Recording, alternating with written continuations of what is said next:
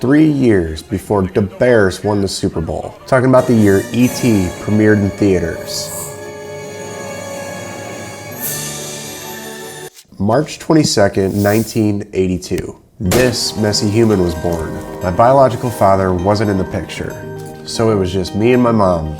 No matter which trailer, apartment, or friend's house that we called home, I always had fun and she worked hard to provide. One day she met a Marine and fell in love. They quickly got married and he adopted me. And I was so excited that I literally threw up. A year later, the next greatest day of my life happened. No, not that day. This day. The day my brother was born. We did everything together. I taught him everything I knew, and he ended up being better at most of it. At 10 years old, I bought a box of baseball cards from an old man at a garage sale and ended up with a Hank Aaron rookie card, which was really cool until a group of older kids in my neighborhood found out. They beat me up every day on my walk home from school in hopes that I would hand it over. I had some older cousins though from the south side who helped me take care of the problem, but my parents still thought it was best to leave town. So we moved to the middle of nowhere, at the start of an era where every kid shared the exact same dream, to be like Mike. In junior high, I fell in love with sports, riding my bike, and then a girl. She loved that I loved BMX, skate parks, and trouble. Trouble turned into detentions, fights, and even a few suspensions. My favorite movie was Full Metal Jacket, and I knew every line.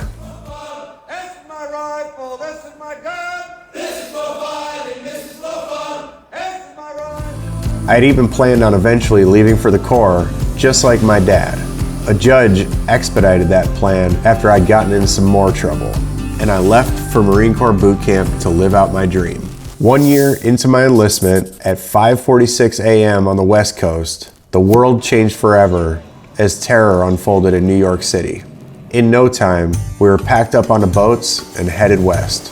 We were on the USS Pearl Harbor, and we made our first stop in Pearl Harbor on Pearl Harbor Day. We spent 90% of the next year out to sea. Operation Enduring Boredom on floating prisons. USMC, usually see me cleaning, and we took cleaning seriously.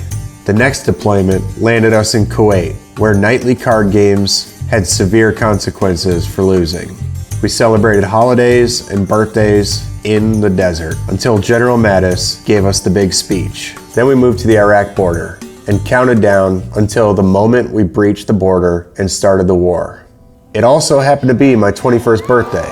Every day was intense as we fought our way through 100 towns. When we arrived in Tikrit, I got a little package from my girlfriend. In it were ring sizers and a letter instructing me to survive and send back my ring size. I got engaged to the girl I met in junior high while we were on opposite sides of the planet. We made it back stateside, and after 4 days on base, we'd all be able to go home to be with our loved ones. But on the third night, something happened. I was sleeping in the passenger side of a truck when the driver also fell asleep. And I woke up a week later in a hospital bed to the news that I was a quadriplegic. Without the use of my hands or legs, I knew that things would never be the same. When my long stay in the VA hospital ended, I moved into my parents' 2-car garage. I was looking forward to being out of the hospital and figuring out how I was going to start over. Then I woke up to the phone ringing and learned that the girl I loved since junior high had been killed in a car accident. That was the moment my entire life was turned upside down.